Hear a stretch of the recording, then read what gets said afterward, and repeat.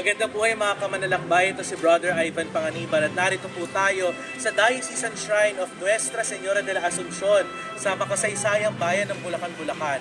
Ito po ang pinakamatanda po na Marian Parish sa lalawigan ng Bulacan at ito po ang pinakamatanda po na Our Lady of the Assumption sa buong Pilipinas. Tahanan po na napakarami po ng Marian devotions, lalo na po higit so mas kilala po yung Flores de Maria o ang pag-aalay po ng bulaklak tuwing buwan ng Mayo na ipinakilala po dito ni Father Mariano Sevilla, isa pong paring sekular na taga rito noong po 1865. Lalo na po yung Sabatina sa Mahalaberan ng Asunción at kaya naman po dahil dito nakilala po itong tahanan po ng maraming mga Marian devotion.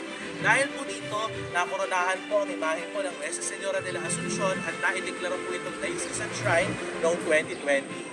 Ito rin po ay isang important cultural property dahil sa unique po nito na architectural features bilang isang kakaibang heritage church. Kaya po tara, pumunta po tayo dito sa simbahan ng Bulacan, Bulacan. Manalangin tayo. O Diyos, Ikaw ay tumitingin sa kababaan ng mahal na Birhen na itinaas siya sa biyayang ito, na siya ay makoronahan sa higit na kaluwalhatian. Ipagkaloob mo sa pamamagitan ng kanyang mga panalangin, kami ay mailigtas sa pamamagitan ng misteryo ng iyong pagtubos. Hinihiling namin ito sa ngalan ni Kristo na aming Panginoon. Amen.